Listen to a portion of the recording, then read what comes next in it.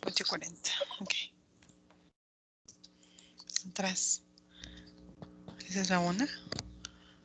No, antes.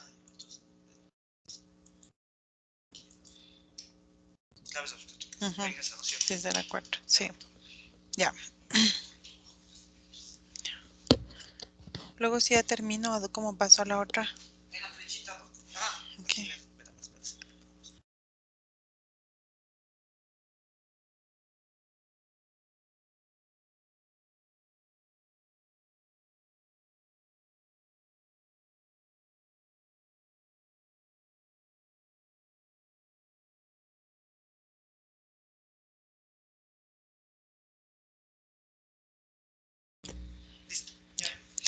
Hola, buenas noches. Vamos a continuar con nuestras charlas. Ahora nos toca concluir con el tema de claves obstétricas y empezar a hablar de la clave roja o hemorragias obstétricas. Sabemos que las claves obstétricas son un sistema de roles y funciones que permiten la comunicación efectiva y el trabajo coordinado generando un sistema de respuesta rápida a las claves obstétricas. Están conformados por profesionales de la salud capacitados en estas claves que en un accionar coordinado buscan prevenir la muerte materna.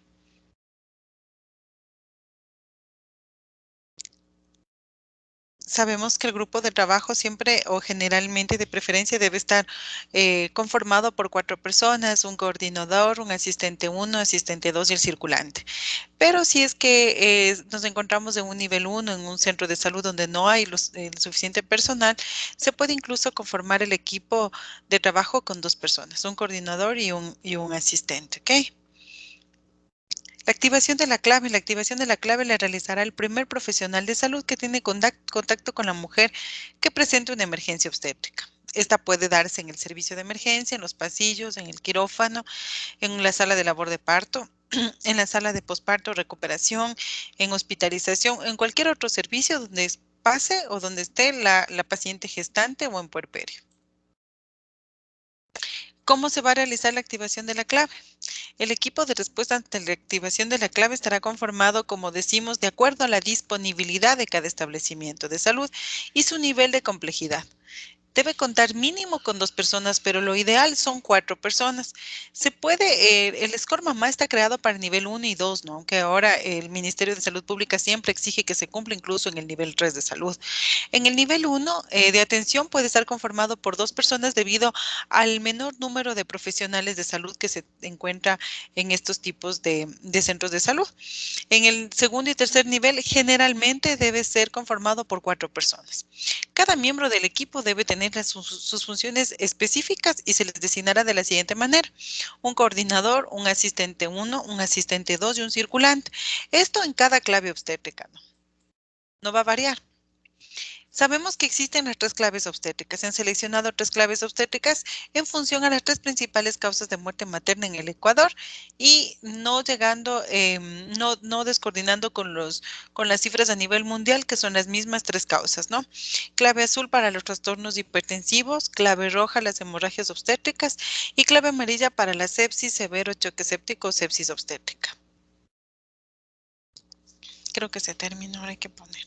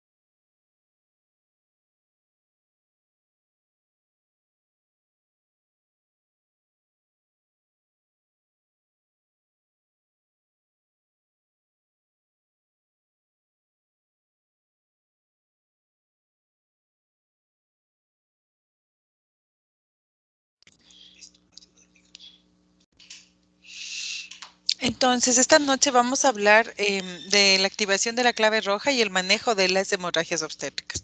Sabiendo que esta es una de las principales causas de muerte materna en nuestro país, ocupando la segunda causa a nivel país y a nivel mundial, incluso a veces en algunos países, la primera causa de muerte materna.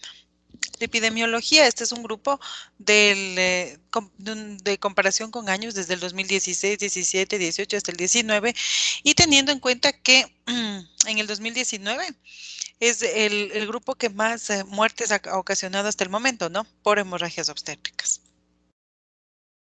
Generalmente las principales causas encaminadas siempre en las 4Ts, que nosotros ya las sabemos de memoria, ¿sí? Pero hay como primera causa dentro de las hemorragias obstétricas la atonía uterina. Hasta cuando se valoró en la semana 52 todavía, del 2018, donde habían 23 muertes maternas por hemorragia obstétrica, de las 23 muertes, 9 eran ocasionadas por atonía uterina, 4 por hemorragia uterina, 2 por desgarro cervical, 3 por retención de restos corioplacentarios y una respectivamente por las otras alteraciones. Es importante la epidemiología siempre para cuando tratamos estos temas de interés social y obviamente de interés común para nosotros, todo el personal de salud. Según la OMS, la hemorragia obstétrica es la principal causa de mortalidad obstétrica extrema a nivel mundial. La incidencia va entre 6,09% o 14 millones sufren sangrado posparto y de esta cifra 125,000 mujeres fallecen cada año. Cada minuto muere una mujer, cada día 1.600 y cada año como 585,000 mujeres. Mueren en el mundo como consecuencia de complicaciones en el embarazo, el parto y la mayoría de estas causas son evitables. Tenemos que saber además que las hemorragias obstétricas, según los entendidos y que se dedican a estudiar y a tratar de disminuir el índice de muerte materna, concuerdan en que esta patología debería ser sujeta incluso a un estudio de subespecialidad, ya que se han convertido en un tema muy amplio y ya no el tema de hemorragia posparto está casi fuera de foco. Lo que se denomina es un shock obstétrico o hemorragia obstétrica como un término general, ya que lo que provoca es una alteración sistémica en nuestra paciente. La epidemiología, la morbimortalidad es alta debido a que se ha identificado durante las auditorías de estas muertes maternas que existen dos principales fallas. La primera es la falla en la identificación de las causas, como hablamos anteriormente en en la clase pasada, y la segunda es la deficiencia en el tratamiento oportuno y adecuado. La definición de hemorragia obstétrica. Nosotros sabemos que desde 1983 tenemos instaurado una definición que nos dio la OMS, ¿no? Donde se habla de que hemorragia obstétrica o hemorragia posparto es un sangrado mayor a 500 ml en un parto normal y mayor a 1.000 en una cesárea. Pero esto es muy generalizado, no se ha cambiado esa denominación. Sin embargo, otras guías tienen sus propias definiciones y vamos a ver algunas de ellas, ¿no? Es así que las australianas hablan de una pérdida, para hablar de una hemorragia obstétrica, de una pérdida mayor de 500 ml en parto y mayor de 750 en cesárea. Las guías austriacas dicen que una pérdida sanguínea mayor de 500 a 1.000 más signos de shock hipovolémico o un sangrado mayor a 1.000, ya sea en parto o cesárea, es una hemorragia obstétrica. Las guías alemanas hablan de un sangrado mayor a 500 ml en el parto, mayor de 1.000, una pérdida mayor de 1.000 en 24 horas. El Reino Unido dice que hay una pérdida primaria estimada de 500 a 1.000 sin signos de shock y que si es que existe más de 1.000 más signos de shock, se habla de una pérdida estimada grave o de una hemorragia obstétrica. Y bueno, muchos conceptos de acuerdo a la cuantificación del sangrado, ¿no? Se habla de un término general que sería el ideal, ¿no? Y ese es el que se está instaurando ya en las nuevas guías y se está estudiando. Para hablar de hemorragia obstétrica deberíamos hablar de un sangrado indistinto, ya sea en parto y cesárea, pero que tenga alteración hemodinámica de nuestra paciente. Si existe un sangrado, ya sea mayor a 500, como quieran denominar, en parto o en cesárea, más signos de alteración hemodinámica o signos de shock. Tenemos que saber que nuestra paciente obstétrica nos va a dar signos y síntomas muy sutiles inicialmente cuando se está chocando. ¿Por qué? Porque el volumen sanguíneo ha cambiado, ha aumentado casi a 7,5 litros o 8 litros de sangre. Que la paciente embarazada se prepara y tiene cambios desde la semana 5 de gestación para tener sus adaptaciones cardiovasculares y prepararle para todo su embarazo y obviamente para su parto. Dentro de estas adaptaciones fisiológicas durante el embarazo sabemos que existen necesidades fisiológicas y adaptaciones propias, ¿no? Hay una expansión de volumen plasmático del 45%, llegando al final de la gestación con un volumen más o menos de 7,5 o 8 litros de sangre. Hay una distensibilidad arterial. Disminuye la poscarga, hay una masa hemática de más del 25%, aumenta el gasto cardíaco y el retorno venoso, la presión arterial media y la resistencia vascular sistémica disminuye. Esto dentro de los cambios fisiológicos normales del embarazo. Hay un aumento además del volumen sistólico y la frecuencia cardíaca, un aumento sutil y una disminución de la presión arterial al inicio de la semana 16 y 20, como vamos a ir viendo. Es importante monitorizar los signos vitales de nuestra paciente. Es por ello que hablábamos en la clase anterior que sería necesario casi siempre que nuestras pacientes tengan su carnet de control prenatal para monitorizar los signos vitales, cómo se han comportado durante su gestación, tomando en cuenta que dentro de las adaptaciones normales de nuestra embarazada, entre la semana 16 y 20 va a haber un declive de la tensión arterial y de la tensión arterial media. Es por ello que es importante saber el monitoreo. Además, tenemos que siempre tomar en cuenta los signos vitales de nuestra paciente embarazada. El momento que ingresa, el momento que ingresa a la labor de parto, qué signos vitales tiene durante la labor de parto y obviamente en el puerperio inmediato.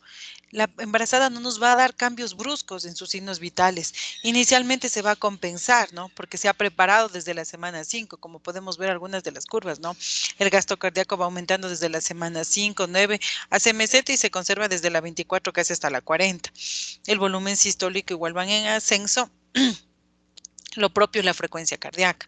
Entonces, esta paciente tiene muchas adaptaciones durante toda su gestación. Es por ello que los signos iniciales, los signos y síntomas iniciales de una hemorragia obstétrica no van a ser muy marcados si es que nosotros no los valoramos adecuadamente. Es importante saber con qué signos vitales nuestra paciente entra a labor de parto. Es importante saber con qué frecuencia, cuánto ha variado la frecuencia. Tenemos que estar conscientes de que la paciente nos dará signos iniciales muy sutiles y nosotros debemos calcular siempre el índice de shock, ¿sí? El índice de shock se calcula dividiendo la frecuencia cardíaca para la tensión arterial sistólica y el índice de shock corregido se calcula dividiendo la frecuencia cardíaca para la tensión arterial media, que es mucho más sutil en pacientes gestantes. El índice de shock, la bibliografía dice que es normal entre 0,7 hasta 0,8, dice la OMS, y hasta 0,9 la OPS, en valor para decir que una paciente no está chocada. Entonces, ya cuando tengamos nosotros el taller presencial, vamos a hacer ejemplos y obviamente el taller es de la clave roja, donde vamos a hacer ejemplos y casos clínicos puntuales para ir valorando. Y además vamos obviamente a aprender a colocar el traje anti-shock y el balón de Bacre. Sabemos muy bien que las principales causas de la hemorragia obstétrica se enfocan siempre en el desarrollo de las 4T. Eso no ha cambiado, ¿no? Y eso obviamente nosotros lo sabemos. Pero es importante, más allá de identificar tempranamente, actuar de manera adecuada, ¿no? Sabemos que la hemorragia o el shock hemorrágico obstétrico se puede presentar durante el preparto, el parto o el puerperio. Por eso es importante realizar un examen clínico minucioso con la reanimación y reposición adecuada. Tenemos que diagnosticar de manera pronta y obviamente lograr un tratamiento definitivo para controlar la hemorragia. Sabemos que el shock hemorrágico es un estado patológico de hipoperfusión tisular e hipoxia celular. Aquí va a existir un aporte insuficiente de oxígeno para la integridad celular y el adecuado funcionamiento de los órganos vitales. La paciente inicialmente lo que nos va a presentar es una alteración muy sutil de la frecuencia cardíaca y ya lo vamos a ver.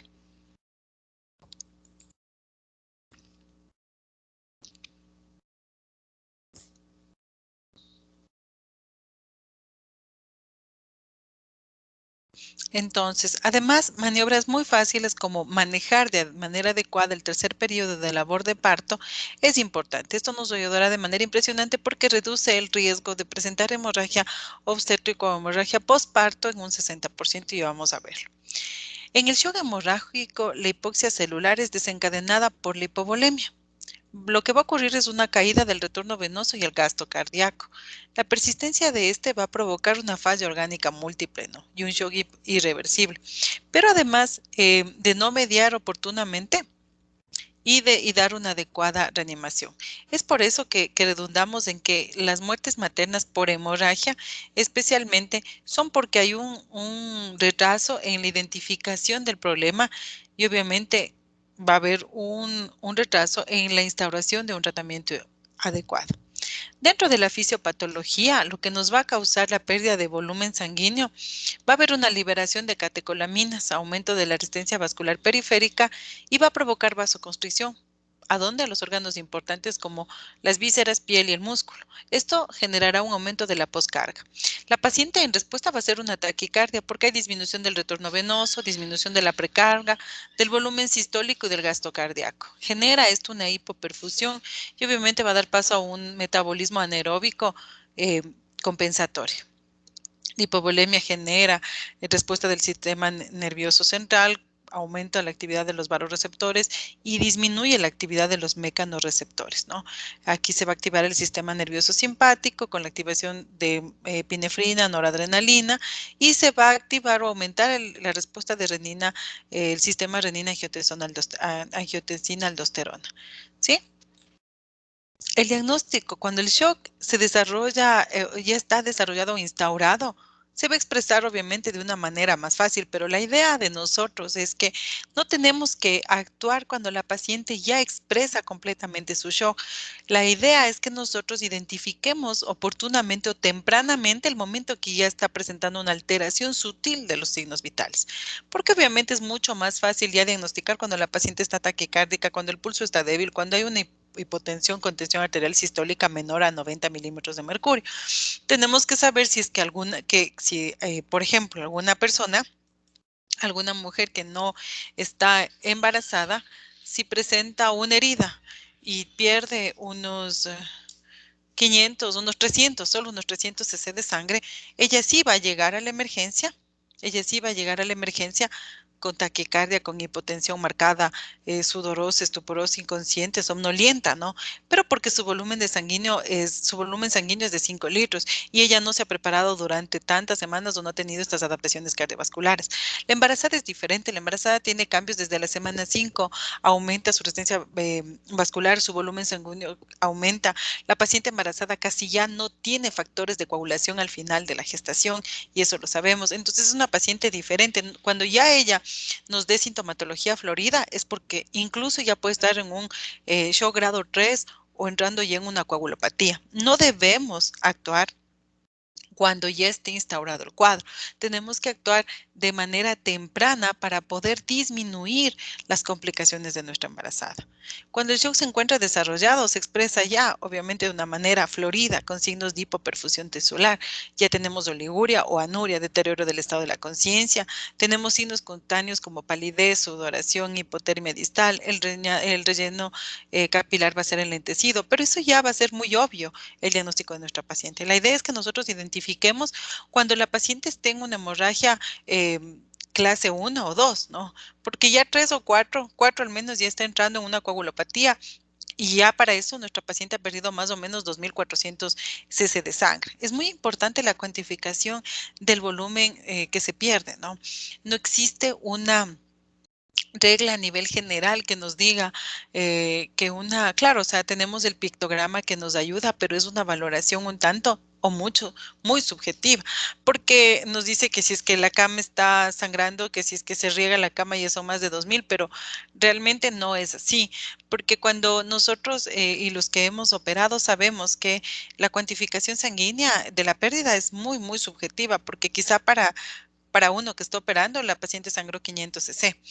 Para el anestesiólogo dice, no, a ver, sangró 1500. La enfermera dice, no, sangró 2000 porque yo tengo tantas compresas llenas y aparte saqué también coágulos y bueno, muchas cosas.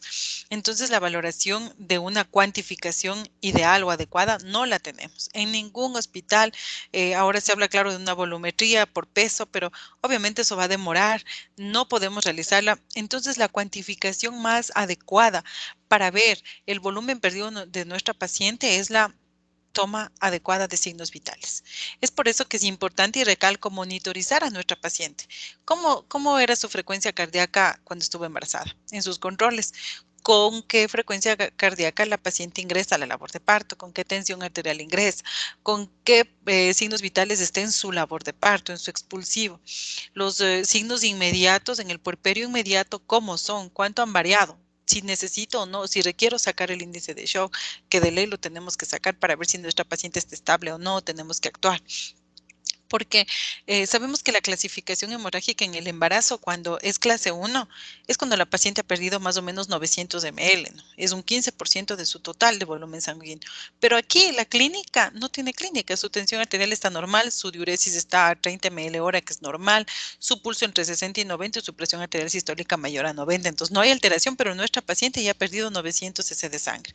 Entonces es algo contradictorio con lo que nos dice la OMS, porque se supone que es una hemorragia si perdió más de 500. Imagínense la paciente tan estable que tenemos en la hemorragia clase 1. ¿Por qué? Por su estado compensatorio de la gestante, porque ella tiene adaptaciones vasculares, cardiovasculares desde la semana 5 y ella obviamente se puede autocompensar y no expresa así su pérdida de volumen. Si tengo una hemorragia grado 2 o clase 2, es cuando la paciente ha perdido más o menos de 1200 a 1500 cc. Esto se expresa en un 20 o 25% de volumen sanguíneo. Aquí podemos encontrar una ligera elevación de la frecuencia cardíaca, de la respiratoria, cambios ligeros en la presión ortostática y una diuresis que puede variar entre 20 o 30 ml hora, con un pulso de 91 a 100, con una presión arterial de 80 a 90. Deberíamos monitorizar con qué presión arterial ingresó nuestra paciente, cuánto se está alterando. O sea, los signos vitales son fundamentales en este tema.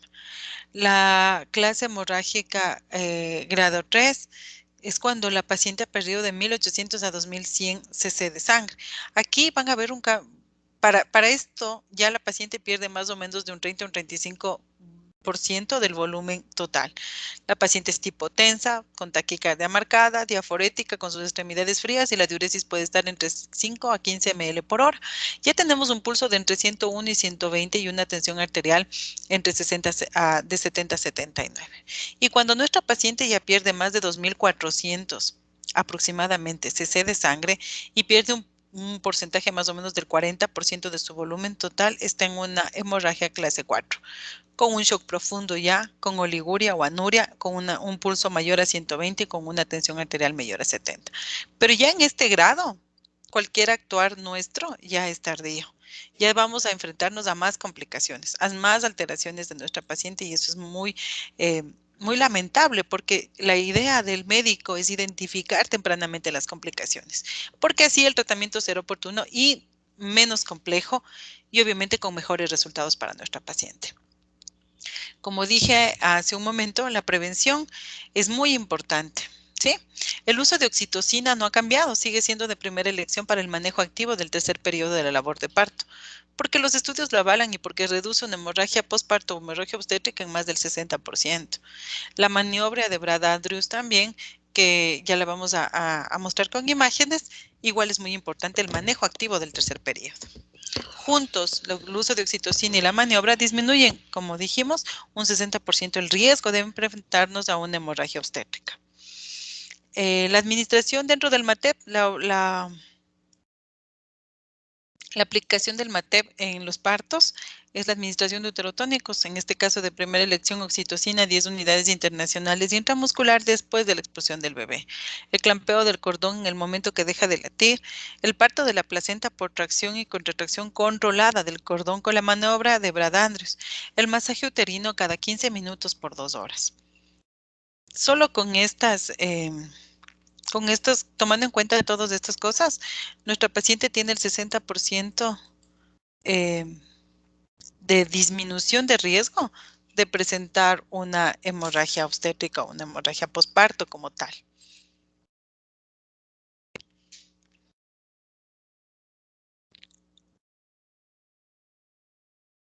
Aquí están unas imágenes acerca de la maniobra de Brad-Andrews, ¿no? La evidencia dice que comparado con el manejo expectante, el manejo activo está asociado con una reducción significativa de los siguientes riesgos.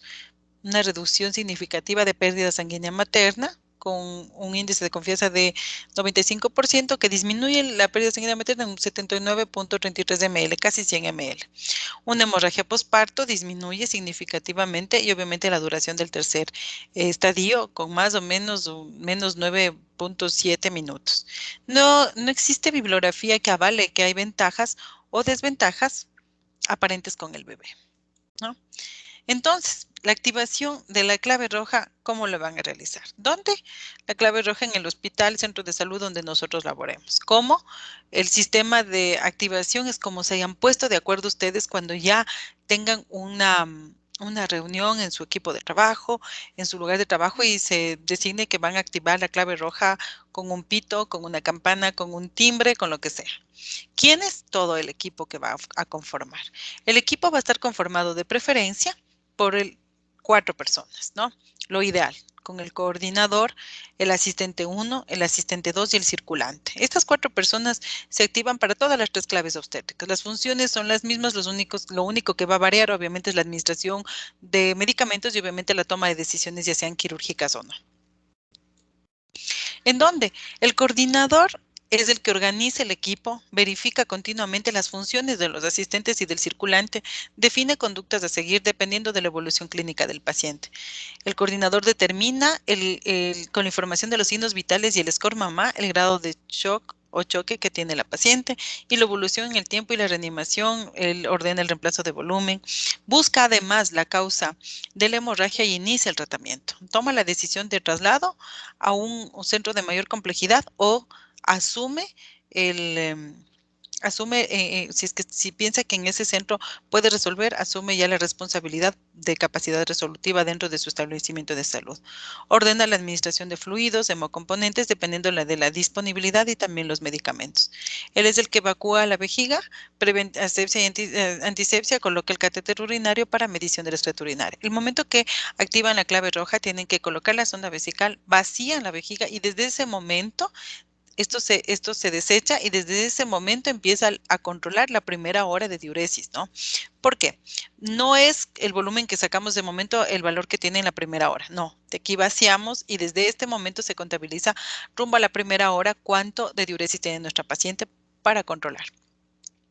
El coordinador brinda la información requerida a los familiares, pero esto lo hace a través del circulante. Es decir, el circulante es el que va a estar en comunicación con el familiar, pero solo puede dar la información que el coordinador le decide. Evalúa los parámetros de respuesta de nuestra paciente.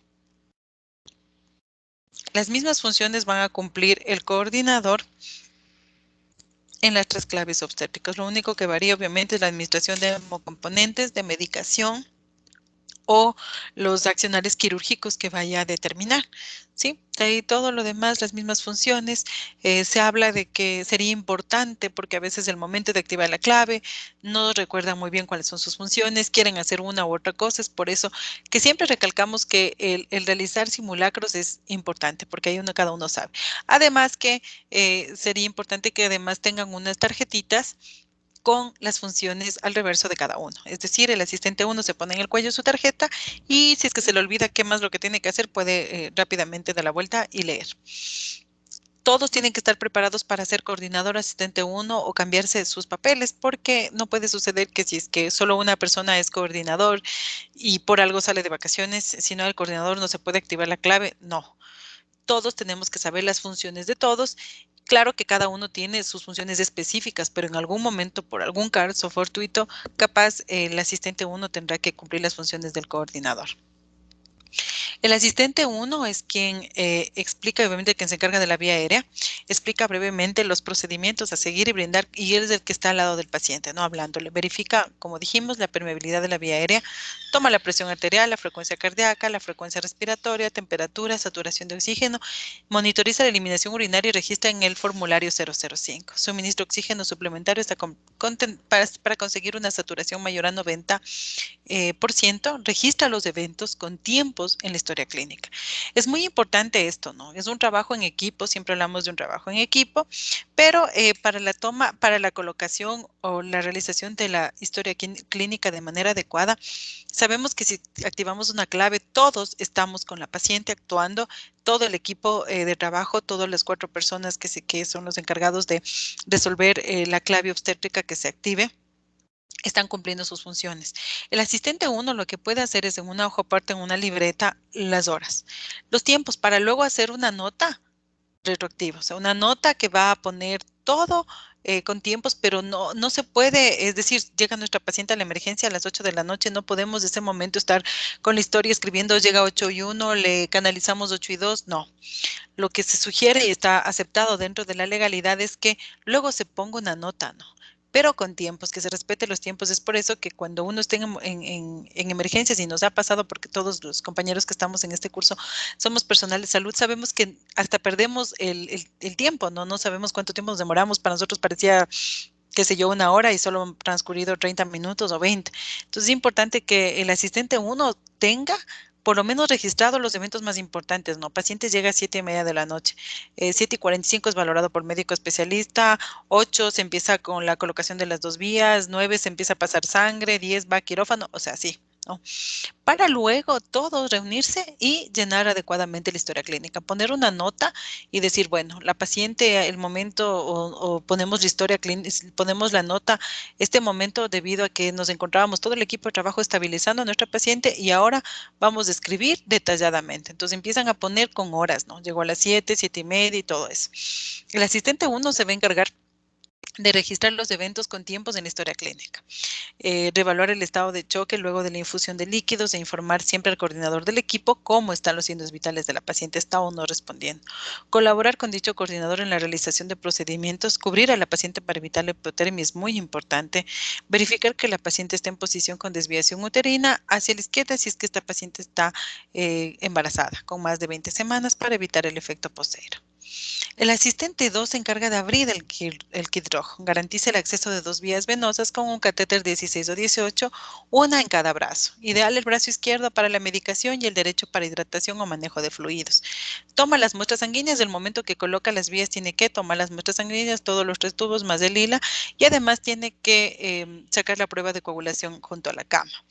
Tomar muestras sanguíneas de nuestros tubos según la disponibilidad, administra líquidos hemocomponentes según la disponibilidad y obviamente medicamentos, todo esto indicado por el coordinador del equipo. Colabora además con dicho coordinador en la realización de procedimientos también y realiza la prueba de coagulación junto a la cama. El circulante activa el servicio de laboratorio, medicina transfusional según la disponibilidad de la casa de salud, marca los tubos de las muestras sanguíneas, realiza las órdenes de laboratorio, garantiza que estas muestras lleguen al laboratorio y que empiecen a procesarse.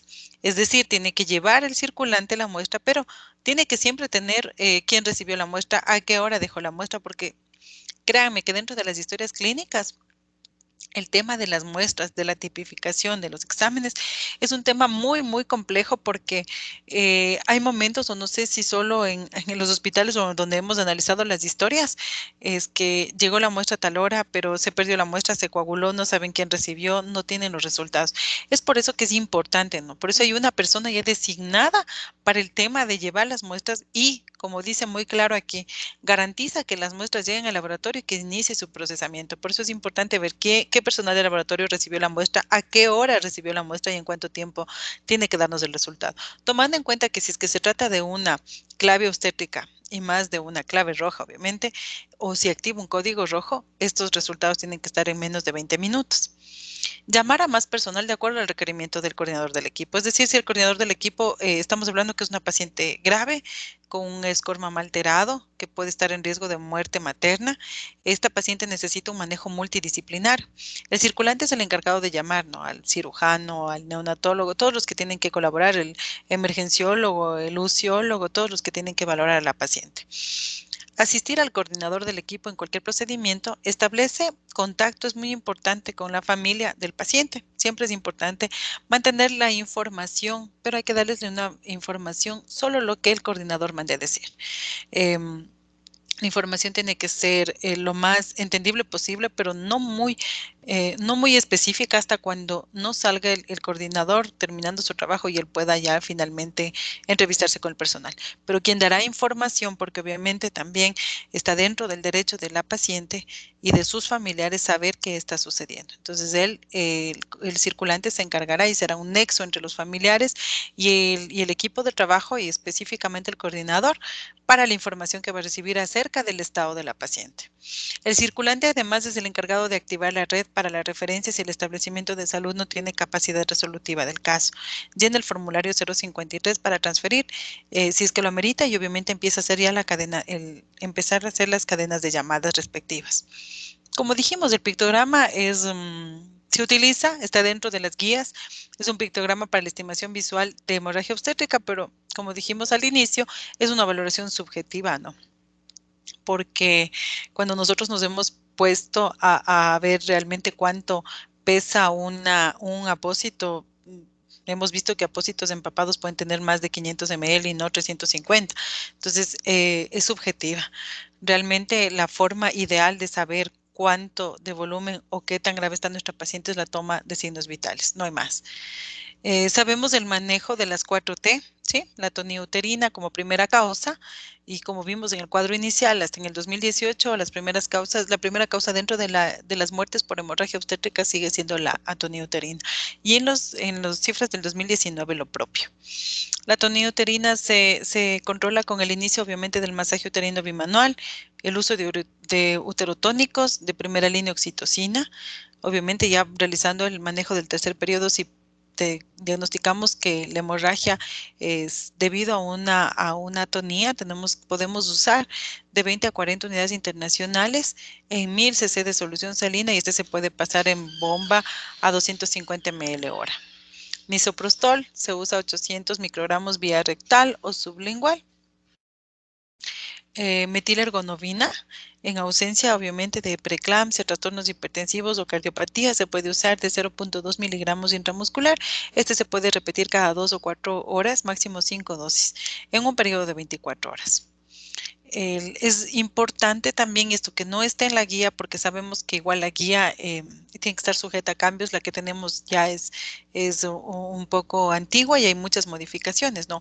El uso de ácido tranexámico dentro de la hemorragia y el shock obstétrico está indicado. Antes era de uso solo de los cirujanos, ahora no. Podemos usar 1 gramo dentro de la primera hora de sangrado, ¿sí? Y máximo repetir otro gramo dentro de las primeras 3 horas. El balón hidrostático, como tal, el balón de Bacri es ideal, ¿no? No sé si algunos de los compañeros, y eso ya lo vamos a ver en el taller, la rugosidad, la estructura del balón de Bacri permite que su efecto sí sea de compresión. Mientras que el balón hidrostático que nosotros hacemos o el casero, ya vamos a ver en el taller algunos cambios que hemos visto convenientes sacando de bibliografía europea y colombiana con mejores resultados, ¿no? Pero este se utiliza en casos de hipotonía, ¿no? De preferencia tener un balón de Bacri, ¿no? Pero sabemos que el costo es muy alto, más o menos entre 250 y $300, y no todas las instituciones públicas pueden contar con este.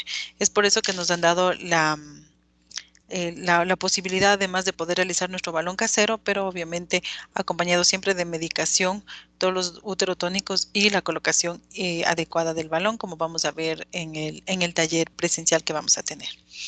La segunda T es el trauma, ¿no? Hay que realizar siempre la inspección visual de la cavidad. Esto de preferencia bajo anestesia, aplicar presión, realizar el reparo ya sea de las lesiones que encontremos, sean cervicales, en caso de no tener obviamente resultados adecuados, ya tenemos que transferir a un medio de mayor complejidad, o si podemos, o igual tenemos que ver si es que no solo se puede reparar ahí, entrar a quirófano, hacer ya tratamiento quirúrgico más avanzados, ¿no? tomando en cuenta que el tratamiento quirúrgico igual no lo podemos realizar en atonía, ya que si es que no logramos tener contracción uterina, con los medicamentos uterotónicos y con el balón, la paciente debería pasar ya a quirófano, realizar una laparotomía para poder realizar suturas comprensivas como Bolinche, Jaima, Cho, cualquiera de esas. Y si sigue la hemorragia, una desarterialización de uterinas, una desarterialización de arterias ováricas o obviamente la ligadura de arterias hipogástricas, ¿no?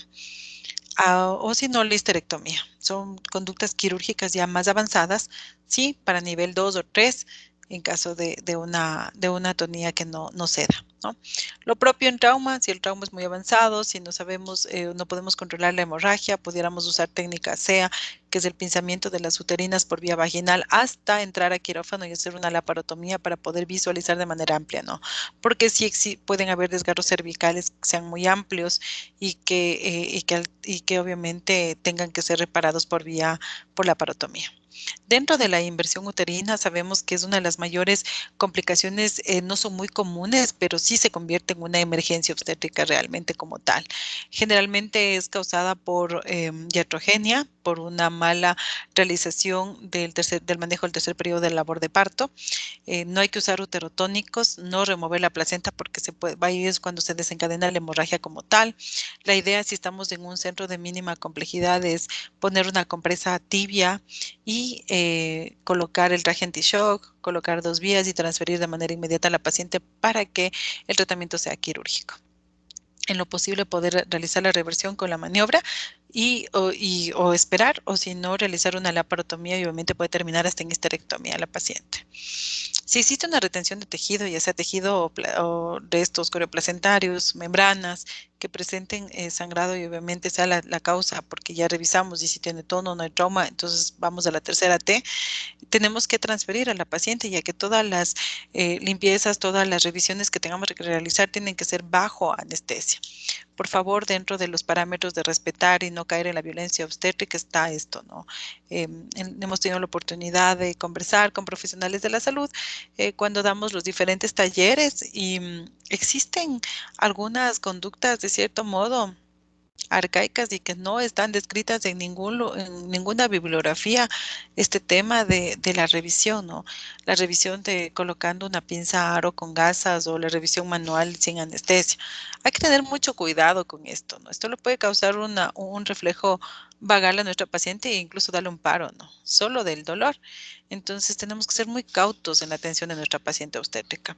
No existe bibliografía que avale que la revisión después del parto no. O sea, si es que nosotros creemos que existe un riesgo de una retención placentaria, una retención de restos, tenemos que transferir o si es que tenemos el personal, tenemos que pedir anestesia y hacer una revisión de la manera adecuada. Tenemos que revisar bajo anestesia en las mejores condiciones, en un quirófano y hacer una revisión manual completa y definitiva, ¿sí? Para resolver el tema de nuestra paciente. Y la cuarta T, que es la trombina. Obviamente hay que transferir un establecimiento de mayor complejidad para resolución definitiva. De primera línea podemos usar el ácido tranexámico, como dijimos, 1 gramo en 10 ml los primeros 10 minutos y la segunda dosis puede ser a los 30 minutos. Temprano siempre el actuar con el uso de ácido tranexámico y donde se ve mejor efecto es dentro de las 3 primeras horas, ¿sí? Es importante igual para llegar a definir que nuestra paciente tiene una hemorragia a causa de la cuarta T. Siempre tenemos que hacer una correcta historia clínica y obviamente ver si es que la paciente no tiene alteraciones hematológicas o algo dentro de sus antecedentes personales que nos pudiera direccionar hacia esa T.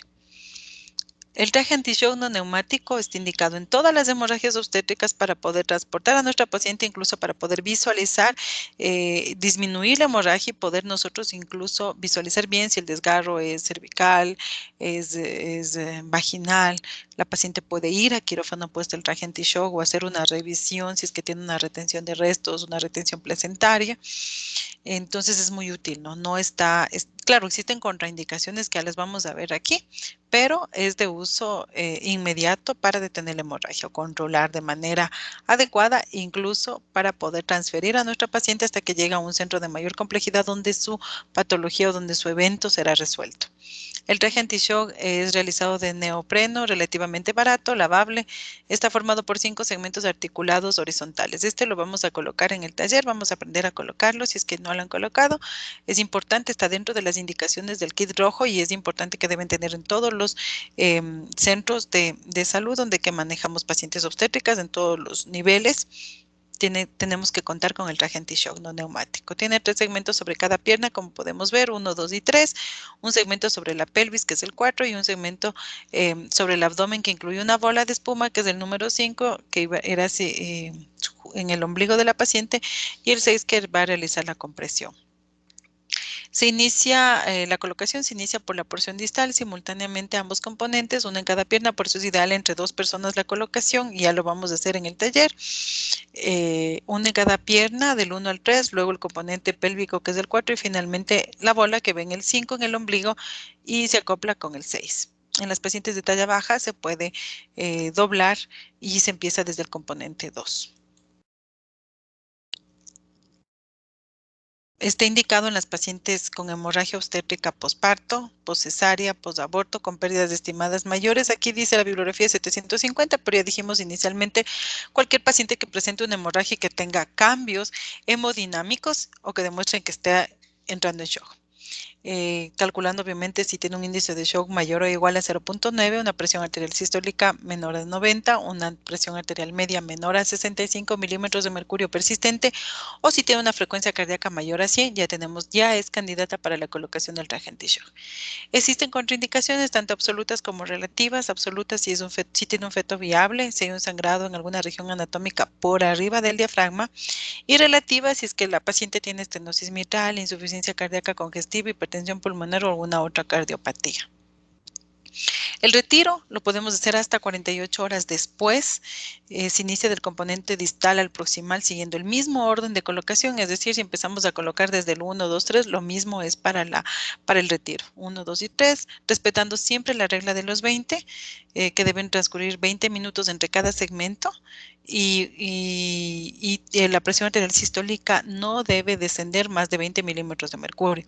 La frecuencia cardíaca no puede aumentar más de 20 o el sangrado no debe ser siempre menos de 50 ml hora, por lo menos durante 2 horas, con una hemoglobina compensada mayor a 7, un hematocrito mayor a 23%.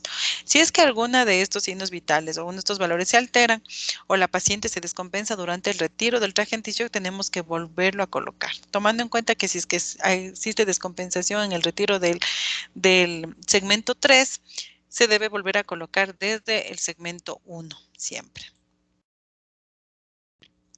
Por eso el retiro tiene que ser igual con 2 personas, respetando siempre la regla de los 20. Y si es que hay alteración, se vuelve a colocar, ¿sí? Este traje anti-shock puede estar puesto hasta 48 horas nuestra paciente hasta que sea resuelta, ya sea su hemorragia por cualquiera de las 4T identificadas. La paciente puede ir a quirófano con el traje anti-shock, podemos hacer una revisión vaginal con el traje anti-shock, porque como ya, no sé si ustedes han usado, como ya vamos a hacerlo en el taller, se va a ver que el segmento 3 solo queda hasta las piernas, el 4 va en la pelvis, pero la paciente puede ser sometida a una revisión obstétrica incluso, revisión vaginal. El balón de compresión existe indicaciones absolutas en tono, ya que su función es detener la hemorragia o reducir la hemorragia posterior al parto ante un fracaso farmacológico, ¿no? Ideal el balón de Bakri, como dijimos. Existen contraindicaciones de que hay que corregir. Son contraindicaciones para el balón, no indicaciones, sino contraindicaciones. Una hemorragia arterial que requiere exploración quirúrgica, si hay indicación de histerectomía, si la paciente está embarazada, si hay un cáncer de cuello, una infección activa de cervix, vagina, útero o una coagulopatía, está contraindicado el uso del balón de Bakri. Sí, esto es un pequeño algoritmo acerca de la clave roja, ¿sí? Donde vamos a hacer siempre, cuando activemos, tenemos que estar pendientes de la valoración materna, fetal, el manejo de la hidratación y obviamente identificar, como dijimos al inicio, las causas, cuál sea cualquiera que sea de las 4T principalmente. Sabemos que tenemos que organizarnos y solo de esta manera podemos disminuir las muertes maternas, actuar de manera oportuna y trabajando en equipo. Si tienen alguna pregunta acerca de esta charla, pues estamos eh, para contestar alguna duda. Esto se realizará en el taller presencial que tengamos. ¿Sí? Eso es todo. Muchas gracias por su atención.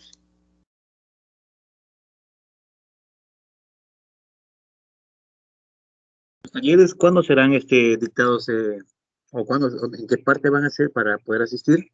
Sí, los talleres presenciales vamos a hacer me parece que la tercera o la cuarta semana, el cuarto fin de semana de octubre. Ya les vamos a coordinar la fecha para tratar, se les avisará ya en esta semana, ¿no? Para que por favor coordinen sus permisos en los trabajos, porque sí nos gustaría que estén todos, ¿no?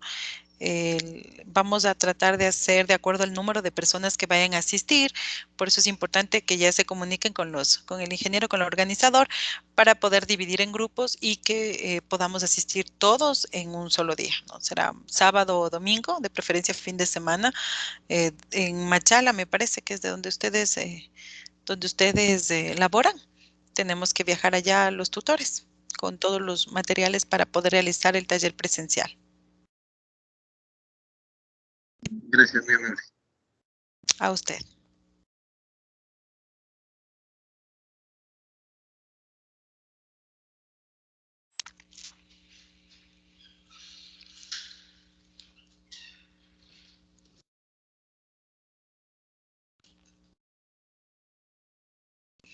Entonces ya nos pondremos de acuerdo para ver bien la fecha de los talleres, se comunicarán con ustedes, creo que tienen un grupo interno de chat para ponerse de acuerdo y ya los tutores igual nos comunicaremos para ir. El taller es en Machala, me están preguntando eso.